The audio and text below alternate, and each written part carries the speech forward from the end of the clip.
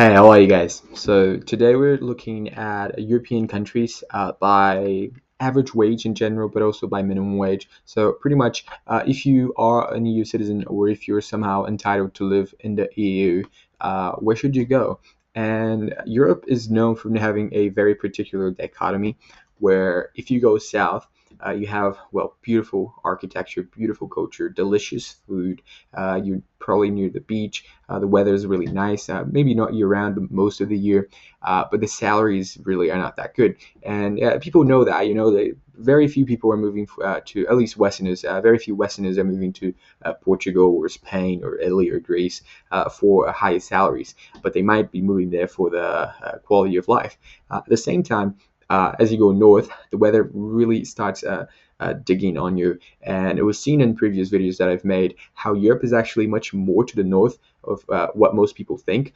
People normally think that, I don't know, Rome, for example, which is in southern Europe, it might be more or less at the same latitude as, I don't know, Florida or California or Charleston or I don't something more or less amongst the south of the US, but it's actually not true. It's the same latitude as Boston. And what that implies is that as you go north, especially winters, they become very, very miserable. Where you could be, I don't know, in New England, for example, or even in Montreal, Toronto, and you're going to have a very solid probability of having much more daylight time than you would in Berlin or in the Netherlands or in Denmark, because it's truly like a very dreamy kind of climate. And so in Europe, you do kind of have to choose. You go south for the weather, the vibes, the food, the people, but then you go north for economy, job opportunities, career opportunities, and overall salaries.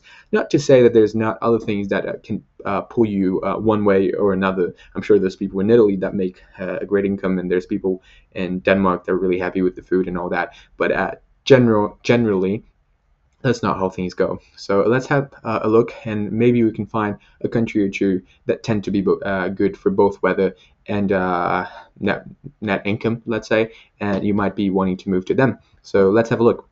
Let's have a look first at minimum wage, because I know a lot of people watching this video, it might be really nice for them to know where the highest average salaries are, but it might be even nicer if you're, let's say, a waiter or a barista or someone working a job that's almost definitely going to be minimum wage, especially if you're an immigrant, especially if you don't speak the language as well. Those are the types of job that you might be hoping to get. So let's have a look at net minimum wage per month. And we can see that surprisingly, the Netherlands is actually on top. Luxembourg is technically on top as well if you consider it only skilled labor. But let's put it on second because we're considering, let's say, you're a waiter or barista, that normal kind of job. Ireland is also actually quite good. Ireland was historically a lot poorer than most European countries, especially in Western Europe, and it was historically definitely much poorer than the United Kingdom. So it's interesting to see it in the top three.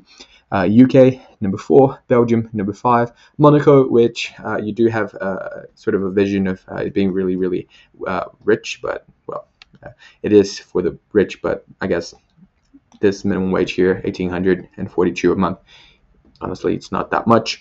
Then there's Germany, France, and remember it's net, so that's why it's quite a difference if you do gross in euros.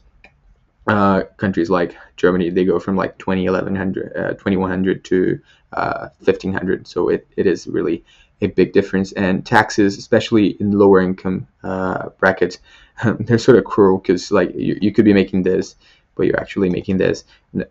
Not being judgy in any way. It could be that it's worth it. It's just like it makes quite a difference. So this would be if you're making more of a minimum wage kind of job. And then we got here also net if you're making the average wage, which obviously is something that not everyone's going to do. If this is average, then that means that definitely more than 50% of people are not making it, because the median, especially in terms of income, it's almost always lower than the average. And obviously the median is what the actual normal person in that country is making, whereas the average is queued up by some few individuals that are making a lot of money. So we can see here on top, Switzerland is very clearly a winner. Luxembourg, which was also near the top. Denmark, Iceland, and Netherlands, which was also near the top in the minimum wage one. Norway, Sweden, and Ireland. And you can see that pretty much all of them are in Northern Europe. I'm going to have a controversial take. And I'm going to say that in terms of weather, if you're going to have these types of weather to choose from, I would probably go to Switzerland. And obviously, if you only speak English, I would probably go to Ireland. So I think those two, Switzerland and Ireland, they do sort of stand as the two best European countries for immigration right now. If you're a EU citizen and you don't have any particularities, like depending on the language you speak, or if you speak only English, or if you don't speak any of the national languages of these particular countries, it might really be worth it for you to go to Ireland. But if you do, for example, speak French really well, if you're a native French speaker, German speaker, even Italian speaker, then Switzerland could be interesting for you. And obviously, at the high end of things, nearly every company now, no matter where they are at, they kind of operate in English anyhow. So it would definitely be possible, even without knowing a national language, for you to move to Switzerland. A little note on the minimum wage here. We can see that some countries, very oddly, they simply quite don't appear here, and they do on the other list. So Norway, Sweden, Denmark, Switzerland, they're not on this list at all. And the reason is they don't have a national minimum wage. Some of them, like Switzerland, they have local minimum wages. So, for example, Geneva in Switzerland is actually the highest minimum wage, not just in Switzerland, not just in Europe, but in the world. I believe it's over 25 francs an hour, which is, well, this is 14 an hour in euros, so 10 extra, more than 10 extra is actually quite a lot, and it is pretty much one of the richest cities in the world. It is very expensive as well, and other countries like I don't know, Sweden, Norway, Denmark, they have a minimum wage, but it's per industry, so it's more of it's sort of negotiated between industries. So all those countries, they would still be near the top here. Especially if you speak one of the national languages, it might be more worth it for you to move to Denmark than Ireland, for example, or Norway than the Netherlands. But yeah, overall, those countries that, let's call it, are in the top 10 here are probably the ones that are going to be most worth it.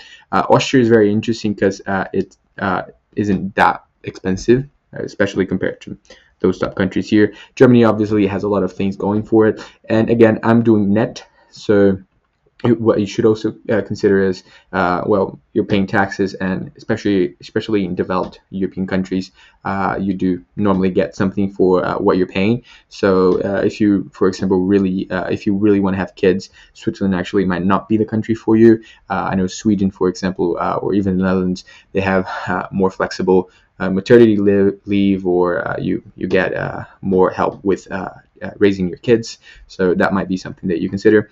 And last but not least, I would love to see it adjusted for PPP. So PPP is just purchasing power parity, and that is also something that I think is very important to look at. I still do think that overall, the country that pays the most is also the one where you're going to be able to have the most purchasing power parity. And if you look at this, it is overall true. There might be like one swap or two, but overall, if you're making, let's say somewhere you're making $10,000 a month, and somewhere else you're making $5,000 a month, even if the cost is double, your saving rate will remain the same, which means that in one country you're saving, let's say if you're saving 10%, 10% of 10,000 is 1,000, and 10% of 5,000 is only 500. So even if the cost of living also doubles, as your salary doubles, you're still saving double the money, which will afford you a much better retirement, especially if you're willing to move somewhere cheaper when you do retire. So I think, and obviously your vacations overall, they tend to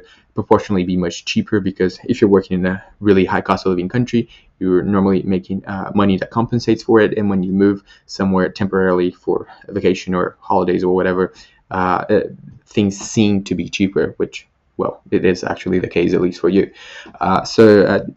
Net PPP is still important to look at, and we see that Switzerland, people complain about cost of living in Switzerland, but the fact is it's still quite worth it.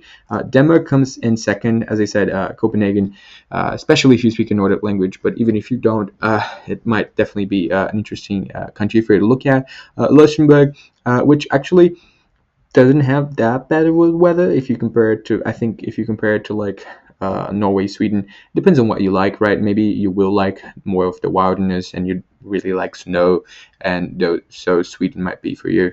But yeah, overall, I stand by my opinion that if you speak English, you should probably move to Ireland, and if you speak one of the Swiss national languages, you should probably move to Switzerland if your focus is career, salaries, and highest wages possible. All right. So, yep, that's